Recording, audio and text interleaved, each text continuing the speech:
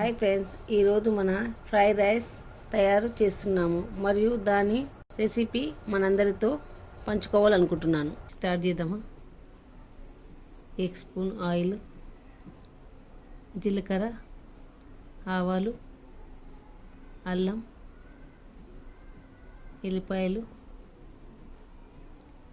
Capsicum, ఉల్లిపాయలు, carrot, ఉల్లిపొరక, కల్మాకు, కొత్తిమీర, పసుపు మీ ఇష్టం, వేసుకోవచ్చు లేకుంటే లేదు. మిక్సీ వేసుకోవాలన్నీ. మూత పెట్టాలి, 2 నిమిషాలు ఆగాలి. తర్వాత వైట్ రైస్ వేసి కలపాలి.